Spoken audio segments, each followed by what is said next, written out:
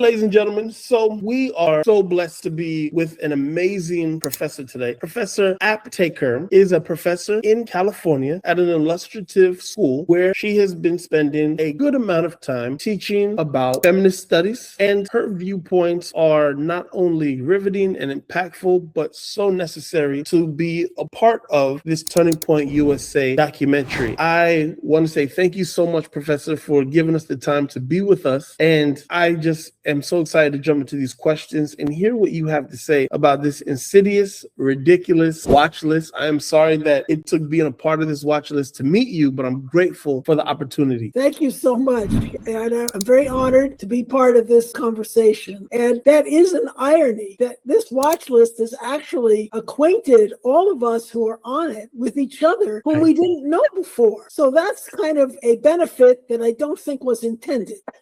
I think you're 110% correct. So my first question is to get some background and context about you. Professor Aptheker, could you share with us how your upbringing and early involvement in leftist groups or ideology, if that's what you would call them, have influenced your academic and teaching career, particularly in feminist studies? My father and my mother, Faye and Herbert Aptheker, were well-known members of the U.S. Communist Party. He was also a historian of African-American history. He was the literary executor for Dr. W.E.B. Du Bois. So I grew up in a family in which I was very well acquainted with African-American people. They were part of our family, part of our community. I was born in 1944. So you can see that my formative years were in the 1950s. And I knew Dr. Du Bois very well. I adored him. I knew his wife, Shirley Graham Du Bois, also very well, and their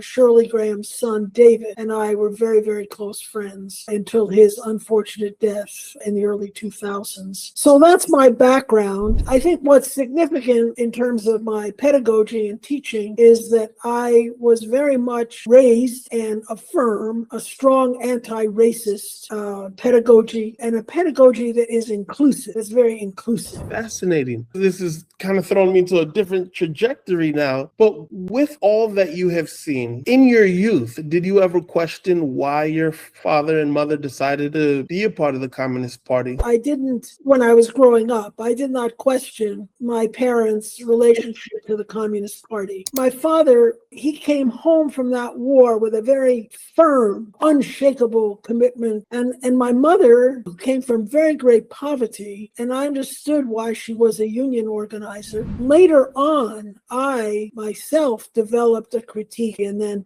I left it. The Communist Party was also very, very homophobic, so I was no longer welcomed. How did being placed on the Professor Watchlist impact your professional and personal life? And our family was under constant FBI surveillance. And my father, again, testified at many of the trials. I grew up in this background. So I wasn't surprised to be on the watch list. It had no impact in terms of my professional career. At Santa Cruz and in my University of California, I have to say these lists are terrible. And I think they do terrible things to people's lives. But personally, because of the way I grew up, I wasn't adversely affected in any way. Your story is amazing. What advice would you offer to other educators who might find themselves targeted by a similar watch list? When I've been targeted personally, I don't keep it a secret. And I'm very open about what I've been teaching, is to get stuff out there. Yes. And get allies. You need allies. And that's what helps the most. So that was amazing. Thank you so much. Could you elaborate on your teaching philosophy? It's something you coined as revolutionary praxis. By revolutionary, I mean that which, revolutionizes our thinking. So it's really another way of talking about critical thinking. When I talk about critical thinking, one of the things I do with my students is I say to them, read this article, whatever it's about, and then consider how it relates to your experience. Use your experience as you understand it. I can give you another example. So I had a student who came to me who was talking about an experience that she had. So she was at a bus stop, and these guys were commenting on her body and, sort of sexualizing her, making her a sexual object. And she was telling me about it. She found it very upsetting. And she kept saying to me, they were Chicano. Chicano, they were Chicano. And when she finished the story, I said, yes, that was very bad. That, I understand how bad that felt. Makes you feel terribly. But then I said, you kept saying to me they were Chicano. I said, have white guys done this to you? Oh, yeah, she says, they do it all the time. So I said to her, why was it significant? Why did you have to tell the story that it was Chicano guys? And that made her think about race. She singled out the Chicano men as a whole group, rather than these particular individuals that were behaving very poorly. My God. Your story is amazing. Thank you so much for being a part of the documentary Surviving Turning Point USA. That means a lot. That means a lot.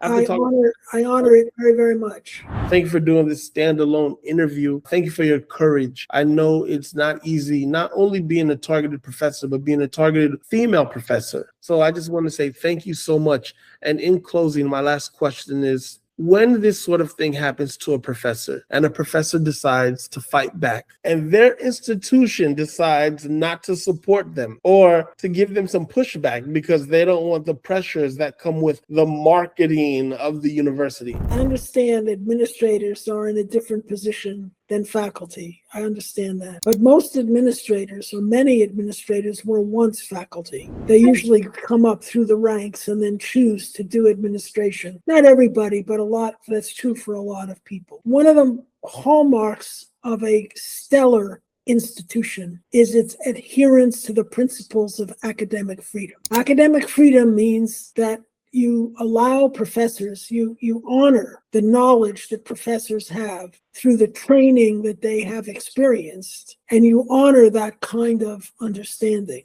and you protect it. Thank you so much for giving me some of your time, Professor. You are amazing, astute, very, very concise, and your ideas just make so much sense. I think through the documentary, through interviews like this, we can continue to show it's not about hate. It's not about saying I'm better than anyone. So thank you. Thank you. If there's anything you need from me, please do not hesitate to call, text, send a smoke signal, whatever you got to do. Let me know. Okay. Well, thank you very much for your time also, and for the work that you're putting out. This documentary is very courageous on your part. That means a lot. That means a lot. I honor it very, very much. We're going to keep pressing forward, and thank you, thank you, thank you. You're welcome. And you take good care, and my best to your wife also. Yes, and likewise. Thank you so much. Your call has been forwarded to an automatic voice message system. America's radical education system has taken a devastating toll on our children. A new watch list claiming to expose college professors, including some in the Chicago area. We're always told how safe it is, and to see one of our professors getting assaulted is obviously not safe.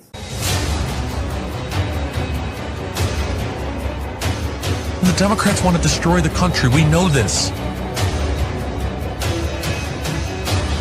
The United States Constitution is an anti-fascist document. Here's a list of them and where they were. In fall of 2020, to try and win the election, that was his last go-to, to try and rally support. The point is larger than that, Charlie. I live like a capitalist every single day, Shank. I live as a Hey, capitalist, okay? I live when I believe. Yeah. Charlie Kirk is a glitch. We're being persecuted for our beliefs. No. You turn around, you persecuting people with your beliefs. As a journalist, how do we defeat the fake news cycle? The best way to make an ass out of someone is to quote it. They think that people like us don't love this, that we hold some animosity towards it. Use of hate speech to target a group has resulted in or helped facilitate violence against them. And the Nation of Islam have always enjoyed wide support among young people, and in particular gang culture in Los Angeles. Turning Point USA is trying to flip that and saying I'm saying something positive about the Nation of Islam, as if even that would be a problem. Significant teachers in our culture are attempting, not to destroy the minds of young people, but to make them think more critically. This is about a group who used threats of violence, who used a outrage machine to push me out of academia. Everything is dirty around you. A donor to rider, you jump click to click, even his own mama Kirk.